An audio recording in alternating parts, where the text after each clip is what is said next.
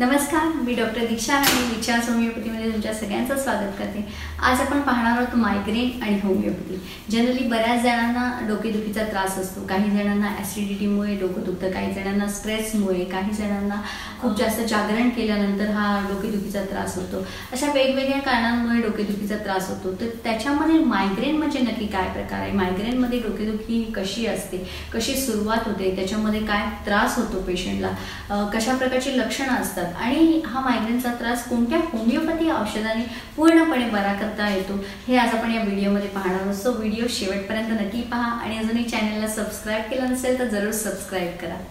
तर मायग्रेन ज्याला अर्धशिशी असं सुद्धा म्हटलं जातं आणि या मायग्रेनमध्ये काय होतं तर पेशंटमधला स्पेसिफिक डाव्या किंवा उजव्या बाजूला एका साईडला डोकेदुखी ही असते आणि त्या पेशंटमध्ये खूप सिव्हिअर इंटेन्स पेन असतं। म्हणजे पेशंटला एवढं जोरामध्ये डोकेदुखी असते की पेशंट ते त्रास डोके दुखणे सहनच करू शकत नाही। पेशंटला कंटिन्यू अंधारात खोलीत राहावं असं वाटतं, एखादा आवाज बिलकुल सहन करू शकत नाही, कोणत्याही प्रकारचा वास सहन करू शकत नाही, इतकं सिव्हिअर पेशंटचं डोकेदुखी असते। तर हा मायग्रेनचा त्रास कसा सुरू होतो, पेशंटला सर्वात प्रथम ऑरा स्टार्ट होतो। ऑरा म्हणजे डोळ्यासमोर अंधारी येणे, डोळ्यासमोर ब्लाइंड स्पॉट्स येणे किंवा वेव्ही लाईन्स येणे अशा प्रकारचा त्रास सुरू होतो आणि नंतर अर्धा एक तासांनी पेशंटला डोकं दुखायला लागतं आणि ते साधारण 4 तास ते 72 तास एवढी डोकेदुखी असू शकते। म्हणजे काही जणांना एखाद दिवसच डोकं दुखतं तर काही जणांमध्ये 2 ते 3 दिवस हा डोकेदुखीचा त्रास होतो आणि काही पेशंट असे असतात की त्यांना महिन्यामध्ये 2 ते 3 वेळा असेही डोकेदुखीचा एपिसोड्स हा होऊ शकतो। असं हे मायग्रेनचा त्रास होऊ शकतो। तर यामध्ये काय कारणं असतात तर पहिलं म्हणजे अनुवांशिक, ज्या पेशंट अनुवांशिक फॅमिली हिस्ट्रीमुळे सुद्धा असा त्रास होऊ शकतो। नंतर एन्व्हायरमेंटल कॉजमध्ये बघायला गेलं तर अचानक एकदम थंडी सुरू झाली किंवा अचानक एकदम गरमी सुरू झाली तरीही असा त्रास होऊ शकतो। कोणते रिस्क फॅक्टर्स असतात की याच्यामुळे हा त्रास वाढू शकतो तर खूप जोरामध्ये लाऊड नॉईज असेल, म्हणजे डीजेचा साऊंड असेल किंवा कोणत्याही प्रकारचा जोरात आवाज असेल तर त्यामुळे ह्या पेशंटला त्रास होऊ शकतो। नंतर सनस्ट्रोक, उन्हामध्ये गेल्यानंतर सुद्धा अशा पेशंटमध्ये खूप जास्त प्रमाणात त्रास होऊ शकतो। त्याच्याबरोबरच जर तुम्ही खूप जास्त उपाशी राहिला तरीही डोकेदुखीचा त्रास होऊ शकतो किंवा काही जणांमध्ये खूप जागरण केलं किंवा इवन जास्त वेळ झोपला तरी, दुसऱ्या दिवशी एखाद्या दिवशी सुट्टी असेल आणि पेशंट जर खूप जास्त वेळ झोपले तर तरी सुद्धा त्यांना ही डोकेदुखी चालू होऊ शकते। त्याच्याबरोबर आणखीन एक म्हणजे काहींना कॉफी घेण्याची सवय असते, साधारण दिवसातून 2-3 वेळा कॉफी घ्यायची सवय असेल आणि तुम्ही अचानक जर कॉफी बंद केली तर असा हा डोकेदुखीचा त्रास होऊ शकतो। तर असा जर तुम्हाला मायग्रेनचा त्रास असेल तर तुम्ही होमिओपॅथिक ट्रीटमेंट जरूर करा। होमिओपॅथीमध्ये खूप चांगले मेडिसिन्स आहेत आणि ज्यांचा रिझल्टही खूप चांगला आहे आणि त्यांनी मायग्रेनचा हा त्रास जो आहे तो पूर्णपणे बरा होऊ शकतो।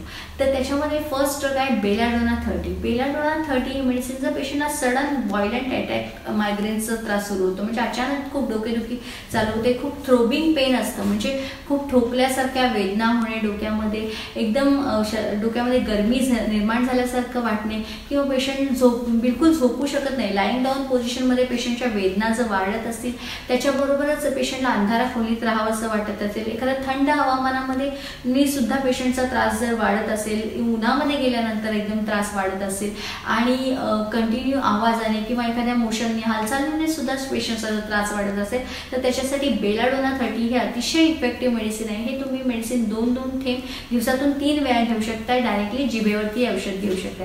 जर तुम्हाला ग्लोब्युल्समध्ये हे औषध अवेलेबल झालं तर तुम्ही 6 गोळ्या झाकणामध्येच घ्यायच्या, त्या सुद्धा तुम्ही दिवसातून 3 वेळा घेऊ शकता। नंतर सेकंड मेडिसिन आहे ग्लोइन 30। हे मेडिसिन ज्या पेशंटमध्ये जर डोकेदुखीचा त्रास सनस्ट्रोकने म्हणजे उन्हामध्ये गेल्यानंतर ही डोकेदुखी खूप जास्त प्रमाणात सुरू होत असेल, त्याच्याबरोबरच पेशंट इरिटेबल म्हणजे चिडचिडेपणा खूप वाढलेला आहे, त्याच्यानंतर खूप जास्त गरमी किंवा थंड हवामानानेही पेशंटचा त्रास एकदम अचानक वाढायला लागत असेल आणि जसं जसं ऊन वाढतं तसं तसं पेशंटचा डोकेदुखी खूप जास्त प्रमाणात वाढते, पण सूर्यास्त झाल्यानंतर सनसेट झाल्यानंतर पेशंटचा त्रास कमी होत असेल आणि अशा प्रकारची जर लक्षणं असतील तर ते पेशंट ग्लोनोइन 30 हे मेडिसिन घेऊ शकता। हे मेडिसिन तुम्ही 2-2 थेंब डायरेक्टली जिभेवरती घेऊ शकता, दिवसातून 3 वेळा हे औषध घेऊ शकता।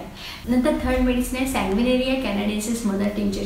ज्या पेशंटमध्ये राईट साइडेड हेडेकचा त्रास आहे, त्याच्याबरोबरच पेशंटला पेरियॉडिकल हेडेक आहे, म्हणजे दर 7 दिवसांनी पेशंटला हा डोकेदुखीचा जर त्रास सुरू होत असेल आणि सनस्ट्रोकमध्ये उन्हामध्ये गेल्यानंतर सुद्धा हा त्यांचा त्रास वाढत असेल तर ते पेशंट सॅंग्विनेरिया कॅनडेसिस मदर टिंक्चर हे मेडिसिन घेऊ शकता। हे मेडिसिन सुद्धा तुम्ही 10-10 थेंब अर्धा ग्लास कोमट पाण्यामध्ये मिक्स करून दिवसातून 3 वेळा घेऊ शकताय।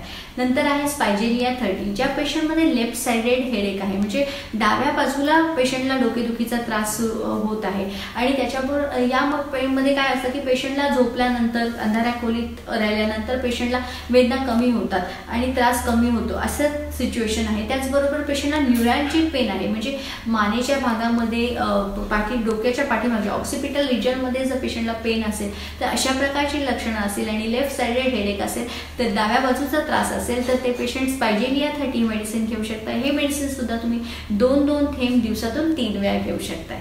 नंतर आहे एक कॉम्बिनेशन R16 कॉम्बिनेशन, हे मायग्रेनच्यासाठी अतिशय इफेक्टिव्ह कॉम्बिनेशन आहे। हे मायग्रेनच्या प्रॉब्लेमसाठी इफेक्टिव्ह असणाऱ्या मेडिसिन पासून बनवलेले कॉम्बिनेशन आहे, त्याच्यामुळे हे मेडिसिन सुद्धा तुम्ही घेऊ शकता। हे तुम्हाला लिक्विड फॉर्ममध्ये अवेलेबल होईल। हे तुम्ही 10-10 थेंब अर्धा ग्लास कोमट पाण्यामध्ये मिक्स करून दिवसातून 3 वेळा घेऊ शकताय।